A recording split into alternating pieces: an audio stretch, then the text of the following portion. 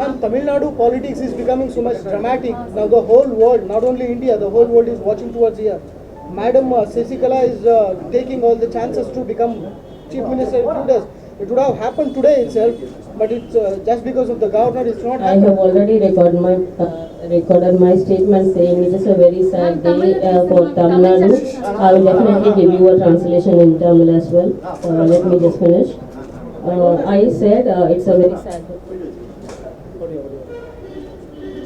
I have already said it's a very sad day, and the people never wanted it. It's not the person that the people voted for. I think everybody knows that, and I think it's the right time to make it heard. I mean, this should be heard by the people and also asked by them. But David, செய்யக்கூடிய அனைத்து மருத்துவ முறைகளையும் பற்றி எல்லாம் விளக்கம் கொடுத்திருக்கிறாங்க. அது போதுமான அளவு அனைத்து முறைகளை பற்றி எந்த விளக்கமும் அளிக்கவில்லை. இதை நாங்கள் செய்தோம், 2 மாதம் கழித்து இப்படி ஒரு பதிலை சொல்லி, இப்படி ஒரு விளக்கம் என்ற பெயரில் ஒரு 2 வரிகளை சொல்லி இருக்கிறார். இதை ஏற்றுக்கொள்ள நிச்சயமாக முடியாது. முதலில் இருந்து தொடங்க வேண்டும் என்றால் எதற்காக மருத்துவமனையில் அனுமதிக்கப்பட்டார் என்பது முதல், என்னென்ன சிகிச்சைகள் அளித்தார்கள், ஏன் அளித்தார்கள், யாருடைய உத்தரவின் பேரில் இதையெல்லாம் செய்தார்கள். I mean, what I'm asking is who gave the authorization from the procedures that were carried out and the like. So many questions that haven't been answered. மூத்த நிர்வாகிகள் உங்களது அத்தைக்கு உணவில் விஷம் கலந்து கொடுக்கப்பட்டிருக்கலாம் என்ற சந்தேகம்லாம் வச்சிருக்காங்க. இதை நீங்க எப்படி பாக்குறீங்க? நான் ஏற்கனவே இப்பொழுதுதான் இந்த கேள்விக்கு பதில் அளித்தேன். எல்லோருடைய கருத்துகளுக்கும் நான் பதில் அளிக்க முடியாது. அவரவர் கருத்தை அவரவர் தெரிவித்து வருகின்றனர். என்னிடம் கேளுங்கள், நான் என்னுடைய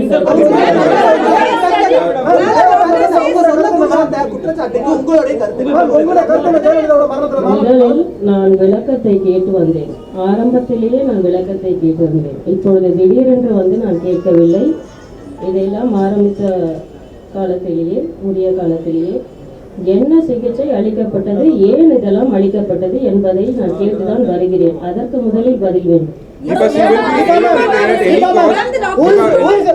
Dr. B.V. Acharya, family was completely kept in with all the information on her treatment.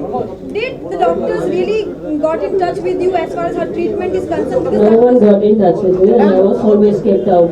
Ma'am, I just need one answer. Deepa ma'am, actually B.V. Acharya, who is looking after the DA case, has clearly said yesterday that these 3 people, actually Sasikala and Sudhakaran and Ilavarsi, they need to be get clarification by the Supreme Court. Till now, they cannot be allowed to talking about the judicial proceedings. Taking such action suddenly by the cabinet. Instability in the political scenario. Definitely there is instability, and the people are put to stage where they don't know what to do, and now they just have to put up with whoever is appointed out as their leader. I think that is not fair. And that is not she will anyways stand, even if she gets elected as the chief minister, she will anyways will have to contest from a constituency. Will you pit yourself against her? I will definitely contest an election. Will it be against her in the constituency that she would be standing? Same constitution? I don't think there is a need for that, but as far as I am concerned, and as far as my political ambition that I have made very clear is concerned, I am definitely going to contest an election.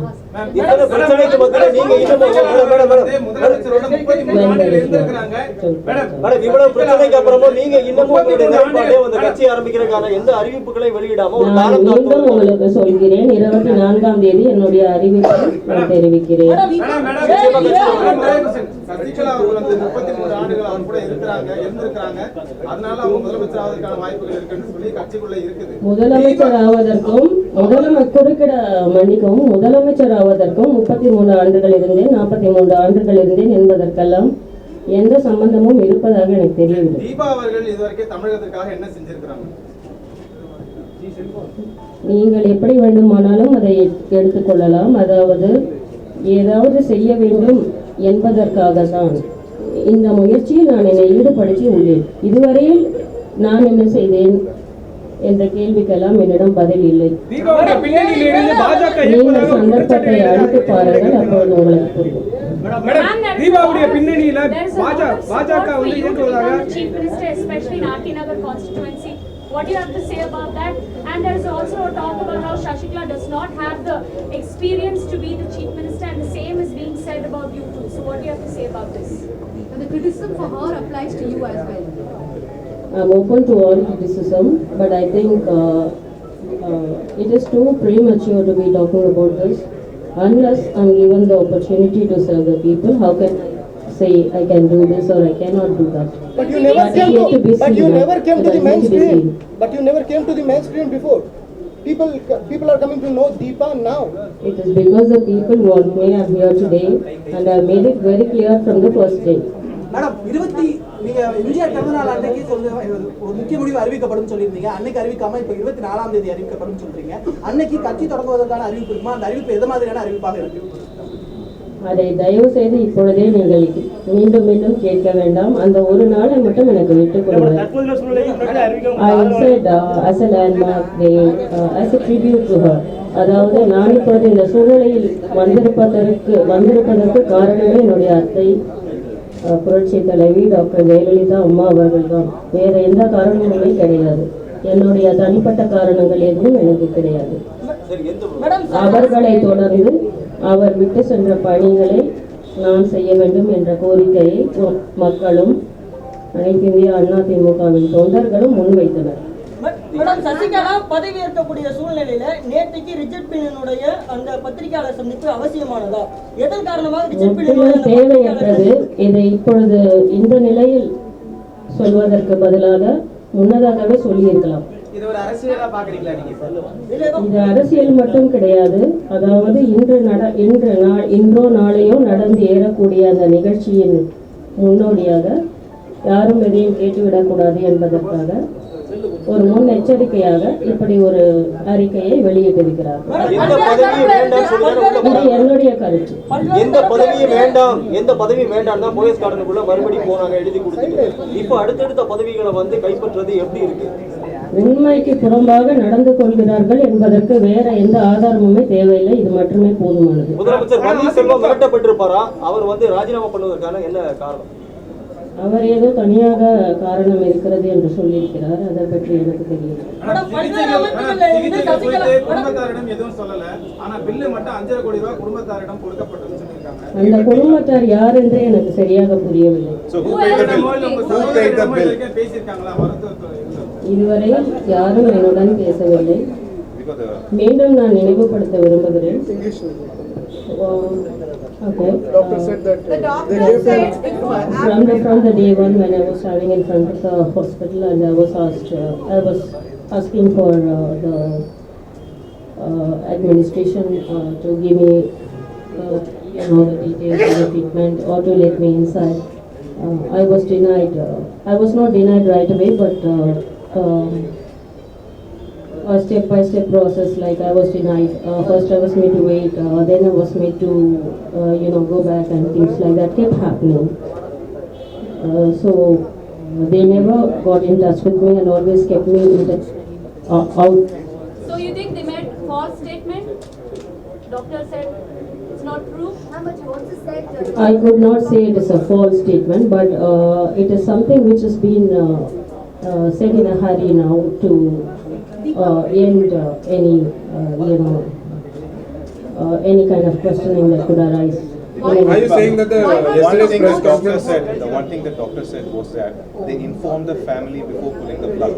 You're one of the family members. Did they? I was not informed, so I think they are making the point that I am not family and I have no connection with my aunt. I think that is what they like to establish.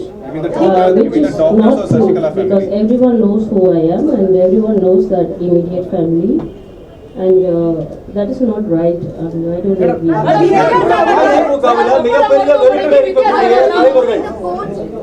to get details of the medical report, and B, because Poise Garden, only the family has the right to occupy that, which is now occupied by Shashikala. Will you be moving the court on these two fronts? My primary concern is about the state, the people, and what is going to happen to them, and But the thing is, right now my concern wouldn't be any property or anything else. No, but you have a right to go there. You have a right to go there. But I have been denied that right by a group of people, I think, for the last 20 years. Which is why will you be approaching the court instead and getting help from the court to ensure that, you know? That is not my primary concern at the moment. One minute. Why are you not taking claim for Poise Garden? A lot of AI. Why should I? I mean, you are asking me why I didn't. Can you tell me why should I? For a memorial or even for otherwise. I think that can wait because that is not of great importance at the So moment. you'll fight it later. Because I think right now the focus is on the people and what is going to happen to them. The trust they had on Madam Jayalalitha, the votes they casted, believing that she is going to take care of them. What is going to happen to them? That is of more importance than all these issues. Because let me make it clear, if you want to be talking about the Poise Garden house, that is my personal side of the events, and I don't think that's of importance. Madam, மருத்துவமனைக்கு வித்யாசாகர் ராவ் 3 முறை சென்றிருக்காரு. அவர் பேட்டி கொடுக்கும்போது அத ஜெயலலிதாவை நான் நேர்ல பார்க்கல, மருத்துவர்கள் சொன்ன தகவல் தான் சொல்லியிருக்காரு. ஆனா நேற்றுக்கு நடந்த பிரஸ் மீட்ல வித்யாசாகர் ராவ் கண்ணாடி வழியாக ஜெயலலிதாவை சந்தித்ததாக சொல்லியிருக்காரு. ஸோ இதுல இருந்து அந்த நேற்று நடந்த பிரஸ் மீட் ஆனது ஒரு திணிப்பான பிரஸ் மீட் நினைக்கிறீங்களா? ஒரு கருத்து நிச்சயமாக. அதாவது நாளை நடந்தேறக்கூடிய ஒரு நிகழ்ச்சியின் முன்னோடியாக இப்படியெல்லாம் ஒரு ஏற்பாடுகளை செய்து இப்படி ஒரு அறிக்கையை மூத்த நிர்வாகிகள் நிறைய பேர் இருக்காங்க அதிமுகல. அங்கிருந்து வெளியே வரக்கூடியவங்களோ இல்ல அதிருப்தியில் இருக்கக்கூடியவர்களையோ தீபா வந்து அழைப்பு விடுத்து இதுல உங்களோட சேர்ப்பதற்கான முயற்சிகள் இருக்காங்க. யாராவது உங்களிடம் தொடர்பு கொண்டிருக்கிறாங்களா? No one is in touch with me, but lot of claims are being made by people like that. As of now, till this moment, I am not in touch with anybody. Will you be giving an invitation to anyone? People who are not happy with the present leadership of the AIDMK? I think primarily I would talk to the people first and get their views. And I think a lot of people are already unhappy and they have raised voices. I am thinking about talking to them first. Do you think yesterday's press conference by Dr. Richard Beale was due to only because the political... That was due to the pressure of the present scenario, what is going to take place. In my view. உங்களோட கடந்த பத்திரிகையாளர் சந்திப்புல அதிமுகவுல சேர்றது இல்லைன்னா தனி கட்சின்னு 2 idea இருக்குன்னு சொன்னீங்க. இன்னும் அந்த 2 ஐடியா இருக்கா இல்ல தனி கட்சின்ற ஒரு ஐடியால தான் இருக்கீங்களா அல்லது அதிமுக சேர ஐடியா இன்னும் இருக்கா? I think I'm not going to answer this now. உங்களை நம்பி இருக்கக்கூடிய லட்சக்கணக்கான மக்களுக்கு கடைசி வரைக்கும் ஒரு எதிர்காலத்தை ஒரு ஒளிமயமான எதிர்காலமா இருக்குமா? ஆசியாவிலேயே தமிழகத்தை முதலாவது மாநிலமாக ஆக்குவேன் என்ற என்னுடைய முதல் அறிக்கையிலேயே நான் தெளிவாக சொல்லியிருந்தேன். அது மட்டுமே என்னுடைய குறிக்கோளாக இருக்கும். இல்ல இந்த பயணம் வந்து ஒரு தொடர் பயணமா இருக்குமா? உங்க நம்பி இருக்கக்கூடிய மக்களை வந்து கரை சேர்ப்பதற்கான ஒரு கடுமையான முயற்சியா இருக்குமா? 24ஆம் தேதி அறிவிப்பு அதற்கு வந்து ஒரு வலு சேர்க்குமா? வலு சேர்க்கும். நிச்சயமாக என்னை நம்பி வந்தவர்களை எந்த ஒரு காரணத்துக்காகவோ எந்த ஒரு சுயநலத்துக்காகவோ எதற்காகவும் நான் கைவிட மாட்டேன். அவர்களுக்காக மக்கள் பணியில் என்னை ஈடுபடுத்திக் கொண்டுள்ளேன். நிச்சயமாக அதை காப்பாற்ற. யாருடைய மிரட்டலுக்கும் எதுக்கும் பணிய மாட்டீங்க. தொடர்ந்து இந்த பணியில் இருப்பீங்க. பொது வாழ்க்கையில் இருப்பீங்க. தொடர்ந்து இருப்பேன். மக்கள் கடும் எதிர்ப்பு தெரிவிக்கிறார்கள். ஆளுநர் காலதாமதப்படுத்துகிறார். இதை எப்படி பார்க்கிறீர்கள்? அதை மீண்டும் மீண்டும் அதே தான் நான் சொல்ல முடியும். அதாவது நாளை நடந்தேறக்கூடிய ஒரு நிகழ்ச்சிக்காக இந்த ஏற்பாடு. சொத்து குவிப்பு வழக்கு எப்படி இருக்கும்? சொத்து குவிப்பு வழக்குடைய தீர்ப்பு எப்படி இருக்கும்? நீங்க என்ன நினைக்கிறீங்க? எப்படி இருக்கும் என்று என்னால் சொல்ல முடியாது. ஆனால் நிச்சயமாக நியாயம் கிடைக்க வேண்டும். அரசியல் பயணத்தை நோக்கி இருக்குமா? இது ஒரு அரசியல் பயணம். ஒரு அறிவிப்பு இருக்குன்றீங்க, உங்களுடைய ஆதரவாளர்கள் மத்தியில் பேச போறீங்க. அந்த அறிவிப்பு அரசியல் பயணத்தை நோக்கி இருக்குமா? அதை நோக்கி மட்டுமில்லை, அன்று என்னுடைய தெளிவான அறிக்கையை நான் வெளியிடுவேன். மேடம், சுற்றுப்பயணத்தை குறித்த அறிவிப்பு ஒரு சில நாட்கள்ல வெளியிடுறேன்னு சொன்னீங்க. இது வரைக்கும் வெளியிடல. கிட்டத்தட்ட ஒரு 3 நாள் ஆயிடுச்சு. அறிக்கையானது எப்ப வெளியிடப்படும்? சுற்றுப்பயணம் எப்பல இருந்து எங்க வரையும் தொடங்கப்படுது? சுற்றுப்பயணத்தினுடைய நாட்கள் எத்தனை? அதை வெளியிடவில்லை என்றால் இப்பொழுது உள்ள சூழ்நிலை எதிர்பாராதமாக மாறி உள்ளது. சில தடைகள் வருகின்றன, அனுமதிகள் மறுக்கப்படுகின்றன. அதனால் தான் தாமதம் இருக்கிறது. காவல்துறை மூலமா அரசு சொல்லிட்டு பல்வேறு அமைப்புகள்ல இருந்து பிரதமருக்கும் குடியரசுத் தலைவருக்கும் ஒரு மனு அனுப்புறாங்க. உங்க சைடுல என்ன அந்த மாதிரி அனுப்புறதுக்குண்டான வாய்ப்புகள் இருக்கா? I'm not going to comment on this one. Sasikala முதலமைச்சர் ஆனால் தமிழ்நாடு எப்படி இருக்கு? மக்களிடம் கேளுங்கள். உங்களுடைய கருத்து? அவர்களின் கருத்து தான் என்னுடைய கருத்து. அதில் எந்த மாற்றமும் இல்லை. காவல்துறை மூலமா நீங்க ஒரு சாமானிய மக்கள் அப்படின்ற ஒரு பார்வையில இருந்து சசிகலா முதலமைச்சரா வந்தா என்ன நிலைமை இருக்கும்? There will be instability, I said. I think இந்த பொலிட்டிக்கல், அதாவது அரசியல் சூழ்நிலையை பொறுத்தவரையில் நிச்சயமாக மக்களிடம் நிறைய எதிர்பார்ப்புகள் இருக்கின்றன. அதையெல்லாம் பூர்த்தி செய்வது அவ்வளவு சுலபமான காரியமாக எனக்கு தெரியவில்லை. பொறுத்திருந்துதான் பார்க்க வேண்டும். அதையும் மக்களிடமே கேளுங்கள். அவர்கள் அந்த நம்பிக்கையை என் மீது வைத்திருக்கிறார்கள். நான் மட்டும்தான் அதை நிறைவேற்ற முடியும் என்றெல்லாம் நான் ஒருபொழுதும் இந்த இடத்துக்கு வரவில்லை. இல்ல, உங்க மீது இவ்வளவு பெரிய நம்பிக்கை மக்களுக்கு வர்றதுக்கான காரணம் ஜெயலலிதா போன்ற உங்களுடைய தோற்றமா அல்லது சசிகலா மீது இருக்கக்கூடிய அது மட்டுமே இருக்கும் என்று நான் நினைக்க முடியாது. அதாவது பொதுவாக இளைஞர்கள் புதிய தலை உருவாக வேண்டும் என்ற எண்ணம் மக்களிடத்தில் பிரதானமாக இருக்கிறது. அதிமுக கட்சி You will see Deepa as Deepa. நீங்க ஒரு பெரிய சக்தியா உருவாயிடக்கூடாதுன்னு I'm not going to predict about anything now because I never in the first place imagined to be in this place and to be talking about all this. I think things have come to this point and everything has turned as far as whatever is happening to me. You will ever see me as myself. நீங்க ஒரு பெரிய சக்தியா உருவாயிட கூடாதுன்னு காவல்துறை மூலமா உங்க நிகழ்ச்சிகளுக்கு தடையும் நிர்பந்தங்களும் ஏற்படுதா? நிச்சயமாக ஏற்படுகிறது. ஒரு உதாரணத்துக்கு சொல்ல வேண்டும் என்றால் ஆர்கே நகர் தொகுதியில் ஒரு சில தினங்களுக்கு முன்னால் ஒரு பள்ளியில், அரசு பள்ளியில் அங்குள்ள மாணவர்களை சந்தித்து அவர்களுக்கு உதவிகளை அளிக்க நான் முன் வந்தேன். என்னை தடுத்தார்கள். இது போன்ற நிகழ்ச்சிகள் தொடர்ந்து நடந்து கொண்டுதான் இருக்கிறது. என்னை இதுவரையில் யாரும் மிரட்டவும் இல்லை. அதற்கெல்லாம் நான் பணியக்கூடிய ஆளும் இல்லை. மிரட்ட வேண்டும் என்ற எண்ணம் யாருக்காக இருந்தால் தயவு செய்து முன்வரும். மிரட்டுங்கள். என்ன செய்துவிட முடியும் என்று நினைக்கிறார்கள். Some of the party leaders are really scared by the Sasikala at this moment because when she came yesterday, some people before a day, some of the party leaders not even ready to. I think see, if you want my opinion and if people are scared of her, I can't help it. But I am. Do you think they are scared? Does anybody talking to you? Are they scared? Sasikala's group? Not at all.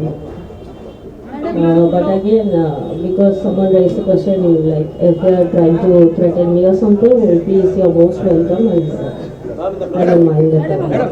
I'm ready for that. Madam, அதிமுகவினர் வந்து ஒரு கருத்து சொல்றாங்க. அதாவது சசிகலா வந்து முதல்வராக வேண்டியது அதிமுகவினுடைய உரிமை, அதுல வந்து யாரும் தலையிட முடியாது அப்படின்னு ஒரு கருத்து சொல்றாங்க. நீங்க வந்து அனைவருடைய கருத்துக்களுக்கும் நான் விளக்கம் அளிக்கிறேன். தடை இருக்குன்னீங்களா? அதனால தான் நீங்க ஆரம்பிக்கல உங்களோட ட்ரிப் அப்படிங்க. தடைகள், பல தடைகள் வருகின்றன. முதல் கட்டத்தில் அதாவது அனுமதி மறுக்கப்படுகின்றது, பாதுகாப்பு அனுமதிகளும் மறுக்கப்படுகின்றன. இது போன்ற சூழ்நிலைகளை எல்லாம் தாண்டிதான் இந்த பயணத்தை நான் மேற்கொள்கிறேன். அதனால் தான்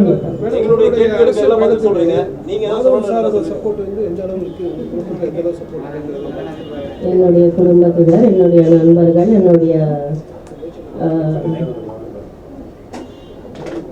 என்னை சார்ந்த அனைவருடைய ஆதரவும் எனக்கு இருக்கிறது. என்னுடைய நண்பர்கள், பத்திரிகை நண்பர்கள் அனைவருடைய ஆதரவும் இருக்கிறது என்று தான் நினைக்கிறேன். மெட்ராஸ் ஹைகோர்ட் வந்து இந்த ஜெயலலிதாவோட மரணம் குறித்து ரத்த சொந்தங்கள் ஏன் ஒரு கேஸ் ஃபைல் பண்ணல, கேள்வி எழுப்பலன்னு கேட்டிருக்காங்க. நீங்க ஏதாவது பண்ணுவீங்களா? I think again we'll be talking about the same issues that come to that. I have always recorded my statement and my views on this new women's number. Thank you, ma'am. We'll leave it as that. நிலைமை எப்படி இருக்கும்னு கேள்வி கேட்டாங்க. அதுக்கு மக்கள்கிட்டவே வந்து கேள்வி கேட்டாங்க. மக்கள் வந்து ஜல்லிக்கட்டு போராட்டத்துக்காகவும் மாணவர்கள் வந்து லட்சக்கணக்கான மாணவர்கள் வந்து போராட்டம் நடத்துறாங்க. தமிழக அரசு அடியடி நடத்தி தமிழர்கள் கேட்ட கேள்விக்கு வந்து கடியடி நிறுத்தி ஒரு கலவரத்தை உண்டாக்குனாங்க. இப்போ நீங்க எப்படி பாக்குறீங்க? இப்போ சசிகலா வந்து சீமானா தமிழகத்தில் கலவரம் ஏற்படும் நினைக்கிறீங்களா? ஜல்லிக்கட்டை போராட்டத்தின் பொழுது கலவரம் ஏற்பட்டது என்பதற்காக இப்பொழுது நடக்கும் என்ற அதையும் இதையும் ஒன்றாக பார்க்க முடியாது. அது வேறு சூழ்நிலையில் ஏற்பட்டது. இது போன்ற சூழ்நிலைகள் உருவானால் அதை அரசாங்கமும் காவல்துறையும் கையாள வேண்டும். அதிமுக அரசு வந்து அராஜகத்தை ஈடுபடுறதா நினைக்கிறீங்களா? தமிழகத்தை வந்து அராஜகமா நடத்துறாங்கன்னு நீங்க நினைக்கிறீங்க? அதை பொறுத்திருந்துதான் தெரிந்து கொள்ள வேண்டும்.